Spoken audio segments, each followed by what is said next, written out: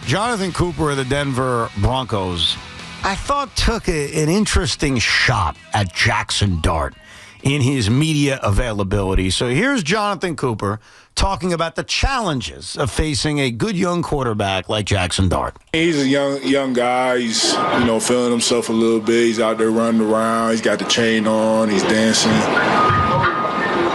I feel like everybody needs something.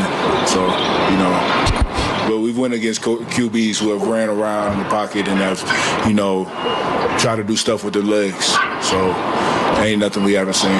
Seems like he's annoyed by the chain dangling from Jaxson Dart's neck. Yeah, and he doesn't have background. I don't blame him. Jaxson Dart's chain is his sister's sparkly chain. Hold on, before you continue. I don't know what Jaxson Dart's chain is about. Is it about to get sentimental and cryy? No. Thank God. It's goofy and silly. Okay, good. Go ahead. Jaxson Dart was home for the holidays at college, okay, and had a bowl game where he was going to then leave home to go back and meet with his team for the bowl game. And on his way out, he popped by his sister's room and he saw some sparkly chain that she had, which he's still wearing to this day, and he took it, and he played great in the bowl game. And then he took it to minicamp this year, and he's been wearing it ever since. Oh, so it's a good luck chain? It's become like a good luck thing. It's a female's sister's chain. He is not wearing that because he thinks he has money now and he thinks he's cool. It's a goofy thing that he wears for good luck. So I just find it funny that somebody in the Denver Broncos basically looks at this as like, paraphrasing, who does this punk think he is with his, chains hanging from him? No, I think that's what he said. Yeah. That's essentially what he thinks. Guy started 3 games in the league. Who the hell's this guy? You know why I like this quote from Jonathan Cooper? Because it shows for the first time in a long time, the Giants matter, man. Well, they matter because the Broncos are playing them on Sunday. No. He's preparing for a football game. The Giants matter right now. Oh, Cam Scatterboo and Jaxson Dart became like the NFL Twitter thumbnail picture. Right. They've been all the talk. We're seeing them on NFL Network constantly, all the people making all these homage about him. Dude, the Denver Broncos are annoyed by his presence. Sean, they're playing the Giants on Sunday. Come on. He's watching tape. He's preparing. He's annoyed by him. Well, yes, but not because the Giants are a national story, but because that's the opponent on Sunday. If it was just about the opponent on Sunday, he wouldn't have brought up the chain. He wouldn't have brought up He is annoyed by the Jaxson Dart thing right now. He's annoyed by his presence. He's annoyed by his look. He's annoyed by his swagger. He's annoyed that he's a rookie taking over the league. The Giants have some it to them right now. Okay. Teams are annoyed. Okay. By the way, bring on Denver now. You want to talk? I kind of feels like Jaxson Dart's the kind of guy, too. Go ahead, poke the bear. Jaxson Dart! Bring on Denver. Can I give you a factoid about the Denver Broncos? Absolutely. They have done an incredible job slowing down mobile quarterbacks. Mm-hmm. So we all remember Justin Fields last week. Probably contributed because he's not healthy, but nevertheless, 7 carries for 31 yards. I would like to list off the other quarterbacks that the Broncos have faced and what those quarterbacks have done with their legs. Are you ready? Yeah, but I already know the research. Go ahead. Okay.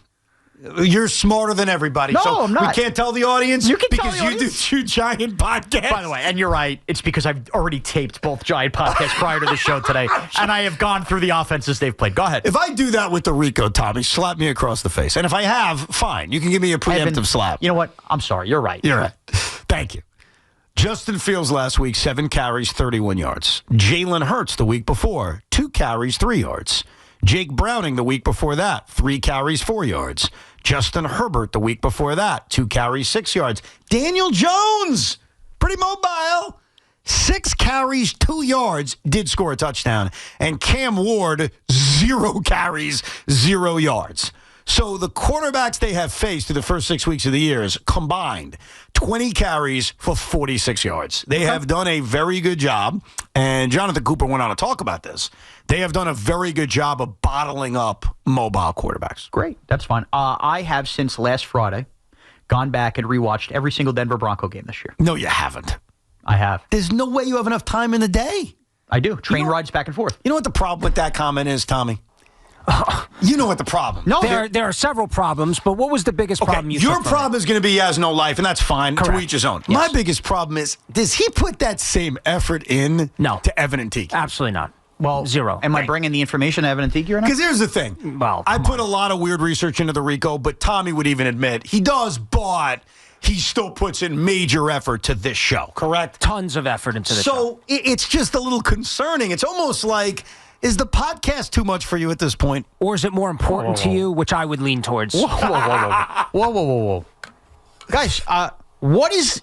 Now, Brian Cashman spoke today, and that's been a big topic. Okay. What is the main team that is currently playing right now that we are going to be talking about week to week here? I have an answer. The answer is the Giants, but would you not agree watching the game tape of every Bronco game will more contribute to your two Giant podcasts than to Evan and Tiki?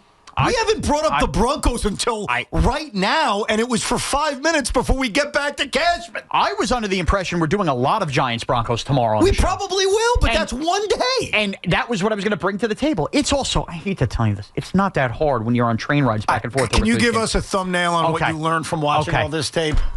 Teams have played very much scared, and I would dare to say, outside of Justin Herbert, Jaxson Dart's the best quarterback that these teams have seen so far this year. They faced Jalen Hurts. Okay, now Daniel Jones is having an MVP year. Jaxson Dart's better than Daniel Jones, and we know this. The Jalen Hurts. Say it one more time. Jaxson Dart is better than Daniel Jones, and we know this. Well, Shaun. Evan, we saw Daniel Jones here with Brian Dable in this offensive line. This season, who's having a better year? In a different scheme. So it doesn't matter who's the better quarterback right now. Jaxson Dart has played 3 games. If you ask the Colts today, trade Daniel Jones for Jaxson Dart. That's not the question. Evan. Because that has to do with age and contracts. Apples, I'm taking it the wrong way. Apples, we know how Daniel Jones functioned in this offensive line, this offense. You didn't say Jaxson Dart's better. In this offense, in this situation. But that's what matters, because you can only compare it to apples to apples. You just said Daniel Jones is clearly. We all know Jaxson Dart's a better quarterback than Daniel Jones. We do know, because you can't say that. Yes, we do, because under the same scheme with the same coach, we see who the better player is. I'm sure if Jaxson Dart with Indianapolis, that's your definitive proof. The guy's having an MVP season this year. It is definitive and you're proof. Dismissing it because, that's like me just killing Sam Darnold because, he sucked with the Jets. Evan, he's not on the Jets anymore. Evan, under the same exact offense with the same who was the better quarterback?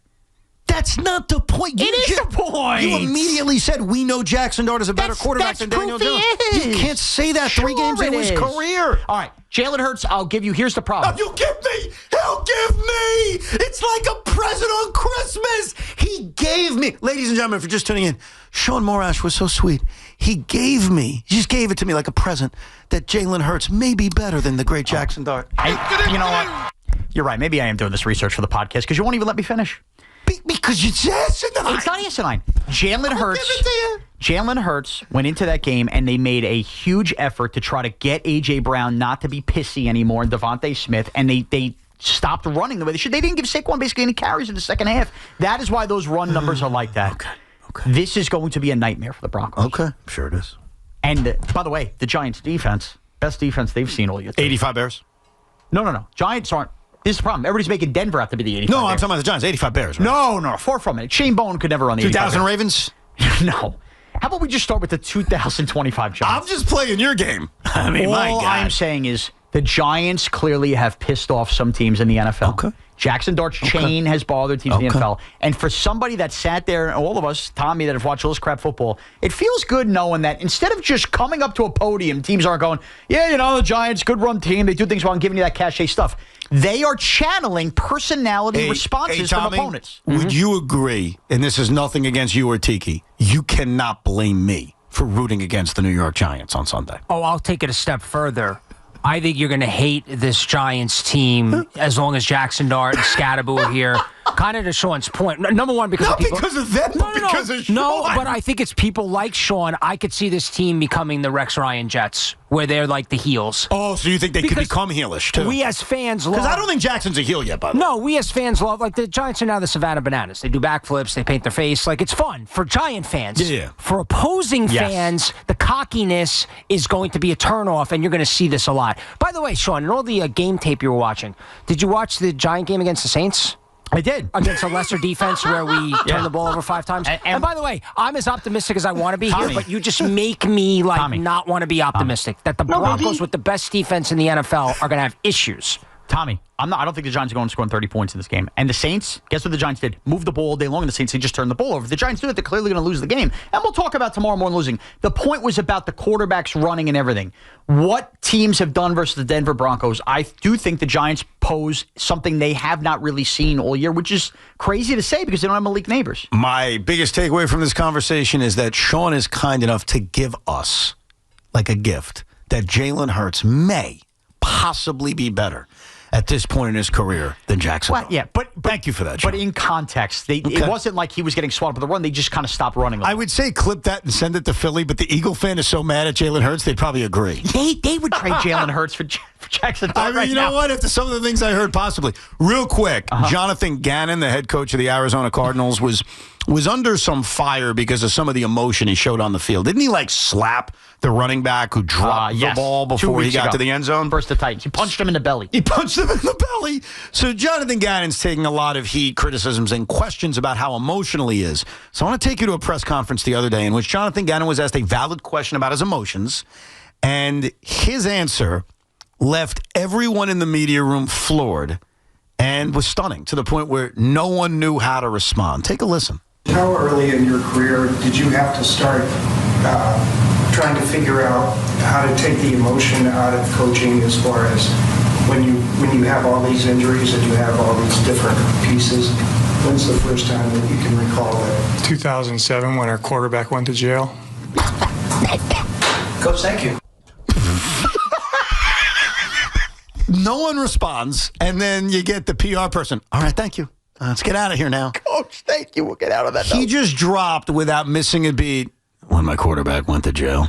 He's, of course, referring to Michael Vick. He was the quality control coach in Atlanta when the dog fighting ring came out, and obviously Vick served his time. Oh. What a response. And by the way, completely straight-faced as he says it, too. And it's not funny that Michael Vick went to jail, none of that, but it's funny. No, we know the deal. What? No one's laughing at dogs. No one's laughing at Vick. We're laughing at Jonathan Gannon. I think the way he deadpan said it. He's got that look, and I remember when I was dating, I was warned about this look. He's got the crazy look. Yeah. Jonathan Gannon's got that look of I don't know if I want to hang out. I'd be afraid. Anything can happen at any moment. He can say anything. He could do anything. He may just randomly punch me in the face. Jonathan Gannon, maybe a good coach, by the way. He's got that. You were warned about that too, Tommy. Got to be careful. They have the crazy look. As far as girls, there's good crazy, there's bad crazy. There's good crazy, they could be a freak. But as far as from a guy perspective, what's wrong with that? What, that was ambiguous. Okay, sure. All right, sure. Spence, if you're listening, turn the television off. Now, as far as guys, as far as being Jonathan Gannon, I call that a wild card. Meaning, if you bring a guy like that on a bachelor party, he could either make the trip or he could break the trip. To your point. Yeah, I mean, he may turn out to be the greatest coach ever. Sometimes crazy can work, but that answer and the vibe I'm getting from him now is that he's that crazy guy. Yeah, you don't want to be with that guy on a bachelor trip. You don't want to be it's midnight and you're looking around. But he can make the trip, though. Yeah, see, Tommy and I are different, and clearly you are. Tommy's a wild guy. He'll go out, he'll have some fun. I just want to go home. So for someone like me, I don't even want to look at that guy. I don't want to deal with it. No. For Tommy, it could be the greatest Saturday night ever, or it could end with everyone naked and broke. It's always on the table. That's a title for Evan's next book, Naked and Broke. I like that. Jonathan Gannon's a guy you end up hanging out with, and you don't realize how you've gotten in a situation where you've got to make a judgment call at night. Yes. I'm not doing that. I grew out of that when I was 20. Because I did have a fakeish ID, so I was doing that before 21. Were you in McLovin, Hawaii? Where was it based out of? It was a weird spot. I was above my age because I was working with everyone in their mid-20s, and I was 19, 20 when I was working over at this other place. And so I had no choice. And so it wasn't even a fake ID. You know what it was? They just got me in. It was one of those things. I didn't actually do anything illegal. It was smoking a doobie. It was just that. They let him in, and I'm in. And before you know it, it's grew out of that phase. Just picture the club music playing. Hey, what do you guys think of David Seguini's on base percent? That only happened once.